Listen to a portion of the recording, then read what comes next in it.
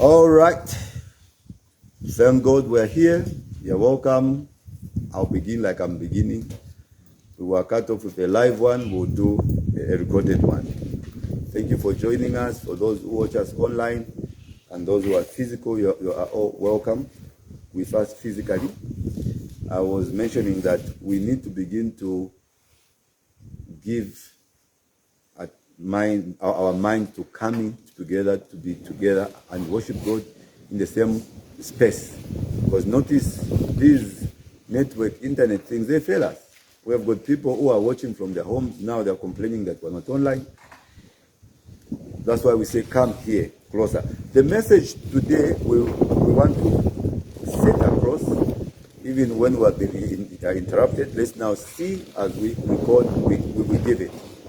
It's a message of saying, man is still grappling about who he is. He is still fighting to understand what's going on. I'm saying we have had all these inventions. The Bible says God created man upright. Right? Original man is upright. And that's where this message is taking us, to the original man. He was upright. But it says they sought their own evil inventions. Man began to create his own evil inventions. The world was created. If you want to understand the craftiness, how the world was knitted, you read the truth. You read the word, isn't it? Because the word is God. It was crafted as such. And the world's craftiness, the way the world was made, it was made to be obeyed, isn't it? It wasn't created to succumb to your needs, to what you need. It was created to be obeyed, not to do what you want. When I go and pray, it will do what I want. No, the sad reality to humanity is that the world was created to be obeyed, and it will be obeyed. Right? If we don't obey, we are suffering. So we were saying that we need to catch up and begin to understand. So man has created these inventions. God created the world with the word, and God's word are to be obeyed. Sad part is that man was also created with a free will.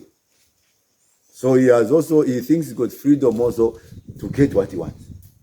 So there's war, right? There's pain and suffering. So now how do we get man to give up his free will and yield to the will of God? That is why we're here all the time, right?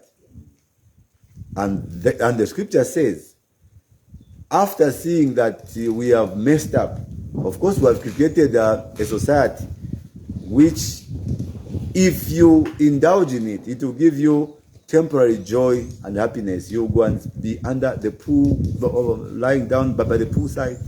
Others are on the counter drinking some alcohol, right? Making them feel high, so to speak. But all those things are temporal. So we're saying now, but what is man supposed to do to overcome the pain and suffering?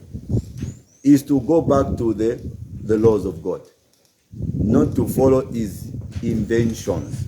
So the inventions are what Christ is saying in the book of Matthew 5 verse 20. He's saying, for I say unto you, that except your righteousness shall exceed the righteousness of the Pharisees, of the scribes and the Pharisees, you shall in no case enter into the kingdom of heaven.